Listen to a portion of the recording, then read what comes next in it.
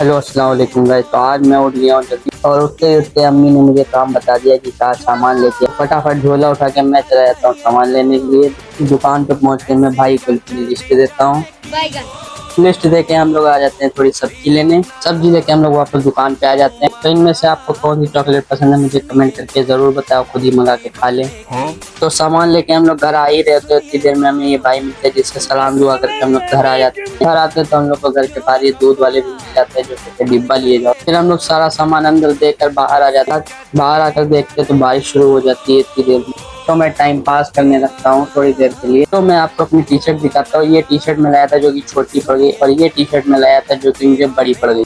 तो अम्मी से मेरा टाइम पास देखा नहीं गया और उन्होंने मुझे काम बता दिया साफ सफाई करने का। तो मैं झाड़ू लगा ही रहा था, उतनी देर में पापा का फोन आता है कि तुरंत दुकान आओ। मैं जा ही रहा होता हूँ, उतनी देर में मुझे भाई मिलता है जिसको मैं अपनी टी शर्ट चेक कराने लगता हूँ।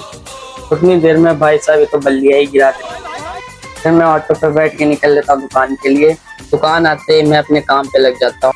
आज मैंने सोचा थोड़ी साफ सफाई कर ले, तो मैंने सब सामान करके साफ सफाई की। तो बाहर बहुत मौसम खराब होने लगा थी, तो मौसम खराब होने की वजह से मुझे अपना काम छोड़ के बाहर का सामान अंदर करना पड़ा। फिर थोड़ी देर में बारिश भी शुरू हो गई और फिर आधे घंटे बाद बारिश छूटती है। फिर बारिश छूटने के बाद मुझे जाना होता है घर, क्योंकि मैंने व्लॉगिंग करने के लिए एक माइक ऑर्डर किया था, वो आ गया है।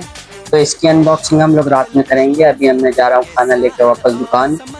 तो दुकान पहुंच के मैं कस्टमर देखने लगता हूँ, लेकिन दूर दूर तक कोई कस्टमर ही नहीं दिखाई देता। मेरी दुकान की सबसे बड़ी प्रॉब्लम ये है कि मेरी दुकान के ऊपर एसी लगा है और पानी नीचे टपकता है और एसी उनके ऊपर जो रहता है उनके कमरे में लगा हुआ।